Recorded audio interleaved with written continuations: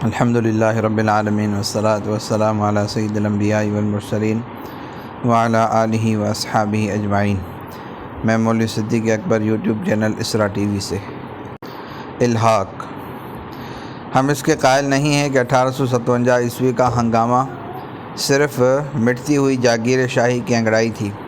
یہ ہنگامہ تقاضا تھا انسانی شرافت کا، عزت نفس اور ہندوستانیوں کی خودداری کا، ان کی حمیت و غیرت کا، احساس صحیح اور جذبہ تعاون کا۔ یہ ہنگامہ اضطراب تھا دین و ایمان کے ماننے والوں، دھرم اور مذہب کے پابند پاک نفوس اور پاک باطن خدا پرستوں کے پاک جذبات و احساسات کا۔ یہ ہنگامہ شور و فغاں تھا تباہ شدہ دستکاروں کی فاقہ مستیوں کا، زیادہ ستانے کی مصیبت کے مارے ہوئے کسانوں اور کاشتکاروں کے رنج و غم کا۔ لیکن اس کے باوجود یہ کہنا بھی حقیقت کے خلاف ہوگا کہ جاگیرداروں کے اضطراب اور ان کی بے چینی کو اس کے ابھارنے میں کوئی دخل نہیں تھا۔ بلا شبہ ان کو بھی دخل تھا، اور اس بے سر و سامان ہندوستان میں اس کا بھی پورا سامان موجود تھا۔ اس کی مختصر سی سرگزشت ملاحظہ فرمائیے۔ لارڈ ڈلہوزی نے جنگ اور فتوحات کے ذریعے پنجاب اور برما کو کمپنی کی مملکت میں شامل کر لیا۔ پنجاب کی دوسری جنگ کے بعد کمپنی پنجاب پر بھی قابض ہو گئی۔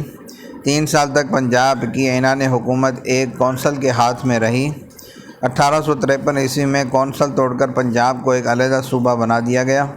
اس صوبے کا پہلا چیف کمشنر سر جان لارنس تھا۔ برما کی دوسری جنگ کے اسباب پر بحث کرتے ہوئے برطانوی مورخوں نے بہت تعصب سے کام لیا ہے۔ رنگون کے برمی حاکم کو برطانوی تجارت کا دشمن ظاہر کرنے میں انہوں نے واقعات کو اس انداز سے پیش کیا کہ پڑھنے والا کمپنی کو حق بجانب قرار دینے پر مجبور ہو جاتا ہے۔ فتوحات کے ذریعے لارڈ ڈلہوزی نے پنجاب اور برما کو کمپنی کی مملکت میں شامل کیا، لیکن ڈپلومیسی کو کام میں لا کر اس نے ستارہ، ناگپور، جھانسی، برار، سنبھل پور، اودے پور اور اودھ پر قبضہ کیا۔ جن شہزادوں کی مدد سے کمپنی ہندوستان میں ایک وسیع سلطنت قائم کرنے میں کامیاب ہوئی، ان کے لاولد مرنے پر ان کی ریاستوں پر قبضہ جمانے کا نام مسئلہ الحاق ہے۔ کمپنی پر تاب سنگھ کو ستارہ حکمران تسلیم کر چکی تھی۔ اس کے سن بلوغت تک کپتان گرامپ ڈف ریاست کا ناظم مقرر ہوا۔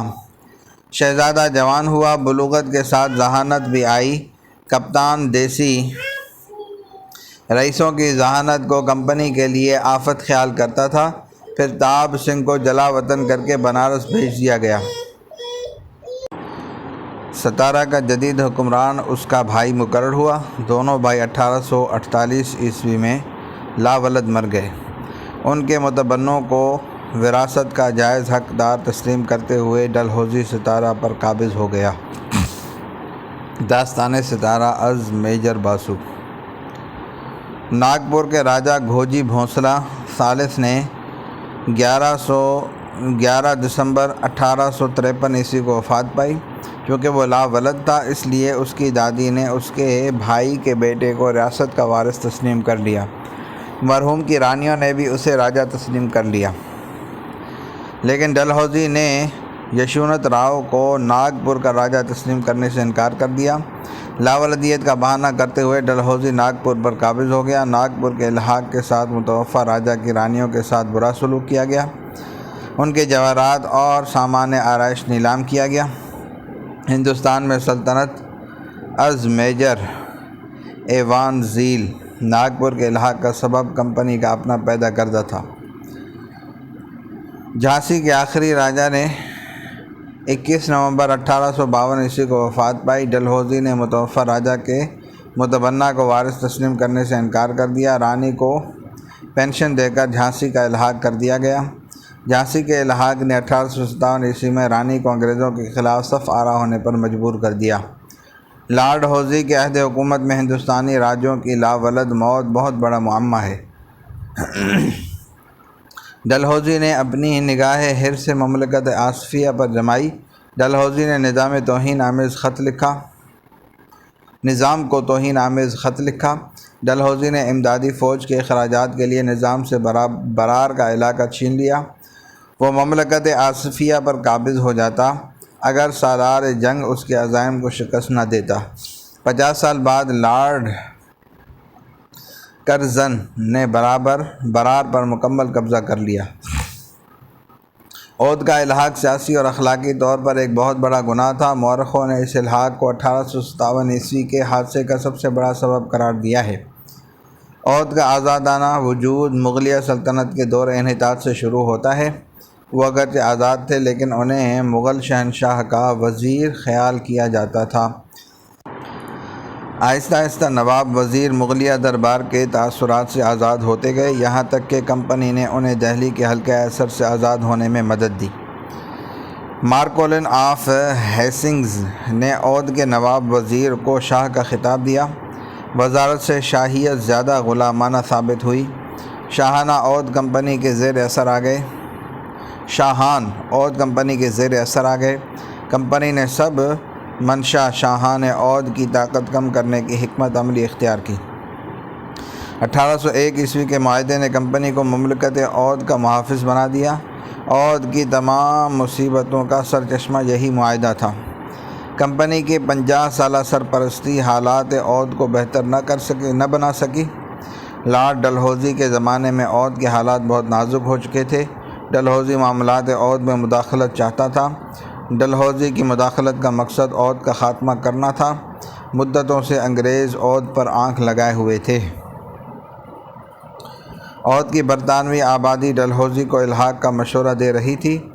دربار ناصر الدین کے ایک برطانوی مصور نے شاہان عود کو بدنام کرنے کے لیے مشرقی بادشاہ کی خانگی زندگی لکھی۔ اسی کتاب پر تبصرہ کرتے ہوئے کلکتہ ریویو کے ایک مدیر نے ایک مقالہ بعنوان "کیا فتوحات کا زمانہ ختم ہو چکا ہے" لکھا۔ اس مقالے میں الحاق عود کا مشورہ دے دیا گیا۔ الحاق عود کے بعد ڈلہوزی 1856 میں انگلستان چلا گیا۔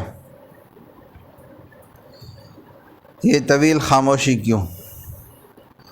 پہلے باب میں جن اسباب اور وجوہات کی طرف مختصر اشارے کیے گئے، اگرچہ ان کے سن اور تاریخیں نہیں بیان کی گئی، مگر اتنی بات ظاہر ہے کہ آج 1857 سے نہیں بلکہ تقریباً 150 سال سے کمپنی کی لوٹ مار جاری تھی۔